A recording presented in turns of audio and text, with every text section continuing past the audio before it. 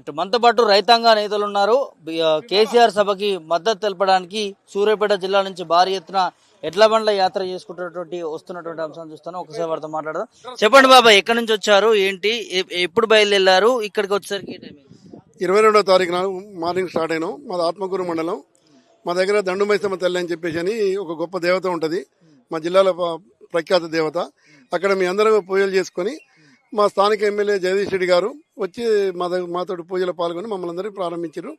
మేము వస్తున్నాం. ఈ రోజు వరకు 22వ తారీఖు నుంచి 20 రోజులకు 5 రోజులు అయింది మాకు. 6వ రోజు మళ్ళీ ఇప్పుడు ఎంటర్ అవుతున్నాం సభ దగ్గరికి. ఇట్లాంటి ఎప్పుడు కూడా మనం చూడలేదు, ఈ పాదయాత్ర కావచ్చు లేకపోతే ఎడ్ల బండి యాత్ర కావచ్చు. సో ఏం చెప్తారు కేసీఆర్ సభ కోసం రైతులందరూ మద్దతు తెలపడానికి వస్తా ఉన్నారు? మీ జనరల్గా సమ్మక్క సారక్క పోయేది ఎప్పుడైనా ఈ ఎడ్ల బండ్లు కట్టుకుని మాకు అలవాటు ఉంటుంది. వాస్తవంగా ఏంటంటే మా కాంచి 10 రోజుల ముందే సమ్మక్క సారక్క పోయేది. కానీ సమ్మక్క సారక్క స్థలాన్ని ఇక్కడ కేసీఆర్ గారు కూడా ఇక్కడ దేవుడు ఉందని చెప్పేసి మాకు నమ్మకంతో దాకా వస్తున్నాం. ఎందుకంటే మేము అనుభవించినాం స్వతహాగా. 9 సంవత్సరాలు రైతు బంధు తీసుకున్నాం, పంట పండించుకున్నాం, 24 గంటల కరెంటు తీసుకున్నాం.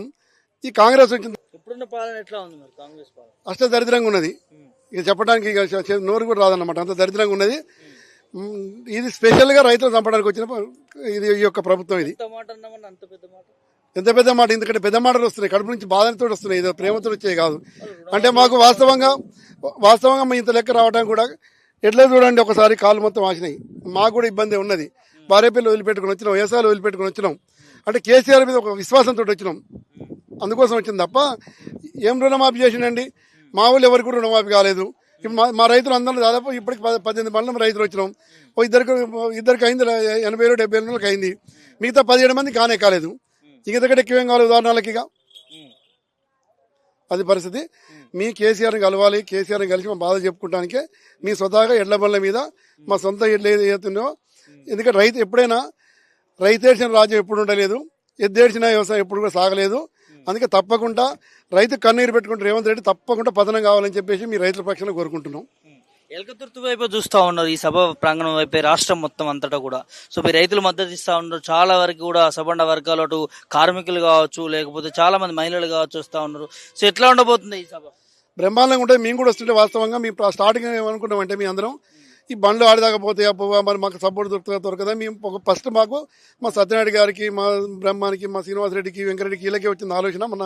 మా వాళ్ళు 10 మంది ఉండి అన్న బండ్లు కడదామని చెప్పేసి అంటే ఆడిదాకపోతామా పోవా, కేసీఆర్ కలిసిలో కలవడం జనాలకు ఇబ్బంది అవుతామని చెప్పేసి అంటే మేము స్టార్ట్ అయిన ఒక 10 కిలోమీటర్ దూరం నుండి స్వచ్ఛందంగా రైతులు, అక్కడ ఉన్నటువంటి లోకల్ లీడర్లు, గౌడ సామాజిక వర్గం వాళ్ళు, యాదవులు, అన్ని కులాలలో మాకు వచ్చి బ్రహ్మాండంగా అలసిపోయిన కళ్ళు తెచ్చిపోసుడు, రైతులు స్వచ్ఛంగా వచ్చి మా పొలాలు మేపుకుందరా అని చెప్పేసి అన్నాడు. ఎక్కడ మేము అడిగి అక్కడ 4 భోజనాలు పెడతారు. మీ రైతుల ప్రక్షాళన వస్తున్నాం కాబట్టి కేసీఆర్ సభ పోతున్నాం కాబట్టి బ్రహ్మరథం పట్టిరు. మాకు మీ ఇంత పెద్ద ఇస్తారని మేము కూడా అనుకోలేదు. ఎవరు చూడ అన్న మేము కూడా వస్తాం సభకు, మీరు ముందు బండి, మేము కూడా మీ వెనకంగా వస్తాం, తప్పకుండా పలానా రోజు డేట్ నాడు 27 నాడు మేము కూడా వస్తామని చెప్పేసి అంటారు. నాకు తెలిసిన గ్రామాలు మొత్తం కూడా ఖాళీ అయ్యే పరిస్థితి వచ్చింది మేము చూస్తున్న లెక్క ప్రకారం ఊర్లో మంటించి. ఎందుకంటే దాదాపు 160 కిలోమీటర్లు వచ్చినాం మేము. 160 కిలోమీటర్లు కూడా ఎక్కడ కూడా మీరు కూడా చూడండి, ఎక్కడ కూడా ఒక్క ఊళ్ళకి మేము బయటకు వెళ్ళాలి కనీసం గంట పట్టింది. అంటే మహిళలు వచ్చి బొట్టు పెట్టుడు, ఆరతిచ్చుడు, నీలారబోసుడు, అంటే ఒక దేవుడు పోతే ఎట్లయితే ఆ దేవుని ఊరేగింపు ఎట్లయితే చేస్తారో గ్రామాల్లో అదే పద్ధతిలో ఎడ్ల బండ్ల ముందర ఊరేగింపు చేశారు. మాకు సంతోషంగా ఉన్నది. ఎందుకంటే కేసీఆర్ గారి వైపు జనం చూస్తున్న వాస్తవమే. కేసీఆర్ రావాలని కోరుకుంటారు కాబట్టి మేము వస్తున్నట్టు అనామకంగా మేము బండ్లు కట్టుకుని రోడ్ల మీద వస్తుంటే వాస్తవంగా గంత పెద్ద స్పందన ఉంది. ఊర్లకు కాలే ఎలకతుర్తికి వస్తాయని చెప్పి మేము అనుకుంటున్నాం. మా లెక్క ప్రకారం అయితే మేము ఏం తెలుసుకోరు అనుకోవచ్చు అన్న, కేసీఆర్ని కలవాలి, కేసీఆర్ని చూడాలి, కేసీఆర్ మాట్లాడితే వినాలని వస్తున్న జనాలు అప్పుడు వద్దనుకున్నారు కదా అసెంబ్లీ ఎన్నికలప్పుడు, మరి ఇప్పుడు ఎందుకు కావాలనుకుంటున్నారు? వద్దని కూడా మాట వాస్తవం పొరపాటు చేసినాం. ఎందుకంటే అత్యాశకు పోయినాం. కేసీఆర్ అన్ని ఇచ్చిండు కదా, ఈయన ఎక్కువ ఇస్తాడేమో అనుకున్నాం. రైతు బంధు అన్నాడు ఏమన్నాడు, ఆయన 15,000 ఇస్తాడు. నిజమే కావచ్చు, కేసీఆర్ ఇచ్చింది కాబట్టి అంటే వాళ్ళు 2,000 తుట్టి పెట్టిండు, 2 ఎకరాలకు వేసిండు, ఒక పంటకి ఏం వేయలేదు. ఇంతవరకు ఈ సంవత్సరం వేసంగి పంట కూడా ఇంతవరకు వాళ్ళు వానకాలం వేసింది ఆదాయం కూడా వేయలేకపోయిండు. ఇక చేసే అబద్ధాలు మొత్తం నమ్మిర్రు. రుణమాఫీ అన్నాడు, నమ్మినాం. ఇక మనకు అరచేతిలో వైకుంఠం చూపించిండు పిట్టల ధర లెక్క.